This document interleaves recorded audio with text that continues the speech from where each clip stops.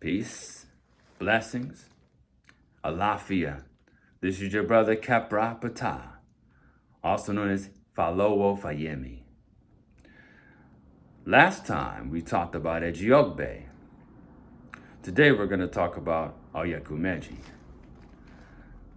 Ejiogbe is the Odu that represents the day and where light comes into the world. Oyekun Meji represents the night, and it's where death and darkness comes into the world. Ejiogbe represents the aspect of expansion. Oyekun Meji represents the aspects of contraction. Ifa teaches that death is an important aspect in the process of life. When something ages to the point in which it no longer functions correctly, it goes through the regenerative process of death. So this is the Odu of understanding and averting death. We come from the invisible realm, or the subjective realm in the Yoruba, Ikoli Orun, to express ourselves in physical form in the visible, objective realm in Yoruba, Ikoli Aye, and eventually return to the invisible realm. However, death is not final. Ifa teaches that the realm beyond this one is eternal. It's beyond time and space. And also, we return or live on through our descendants. Oyekun Meji reminds us that death can be averted. However, there is no sacrifice to ultimately stop death from its earthly duty in the world. All must go through transformation and change. But change in the world, Ekoliaye, is a constant thing. So things are constantly going through the state of renewal. Now, let's look at this. There are times when the old you must die so that the new you can live. And in this way, we outgrow that which no longer serves us. So death is not always a physical thing. Death can be the end of a circumstance, the end of a way of thinking, so that new circumstances or a new way of thinking can come forth. Now, there's a proverb in Oyekun Meji that talks about behaving gently. It says, behave gently and with consideration so that you may live and rest quietly in your home. Now, of course, there's the house you live in with your family and so forth. But you also have this temporary home, the vehicle, called the physical form, the body temple. So if you're under constant stress and having constant conflicts, then you are also opening yourself up to disease and death. And these are the things in which we want to avert. Now, these two things, disease and death, are known as ajogun. And we always doing rituals to cool that energy off so that it doesn't heat up and cause chaos in our lives. So we were talking about establishing inner peace. We go beyond being caught up in the constraints of what we perceive as time. And we go beyond that, where the past, the present, and the future merges into one.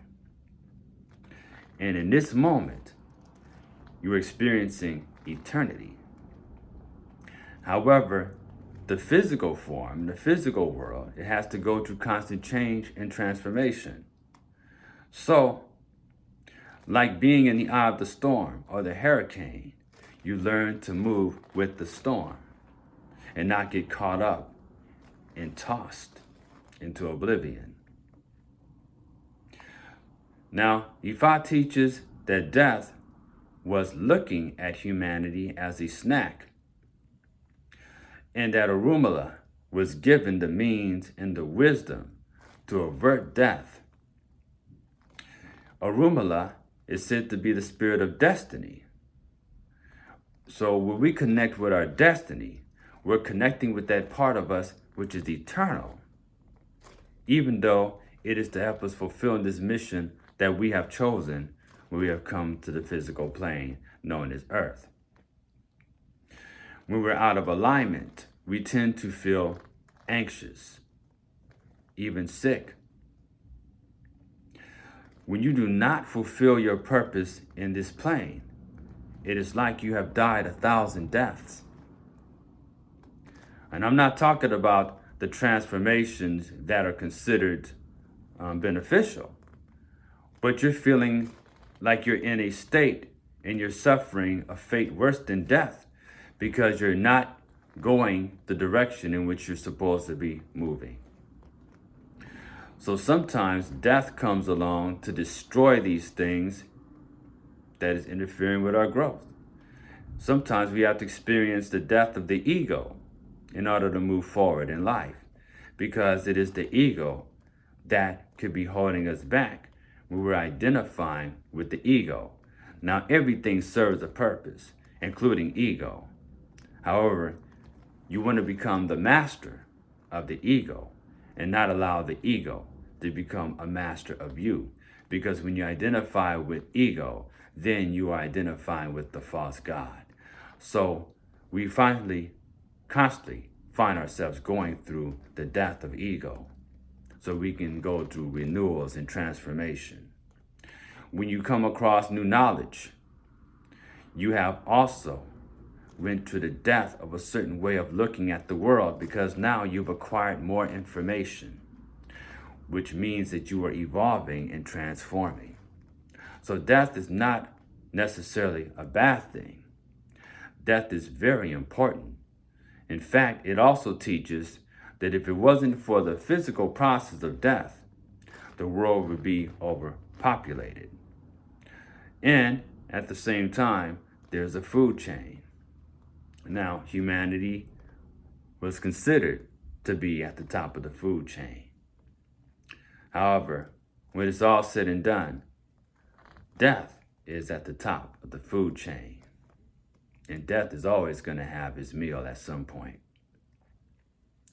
So this life in which we live, we must cherish it and appreciate it, as well as cherish and appreciate the lives of others. This includes those who we love, our family, community, and so forth. So I'm going to wrap this up, sisters and brothers. I hope you have a wonderful day. Till we talk next time, peace, alafia, adabu.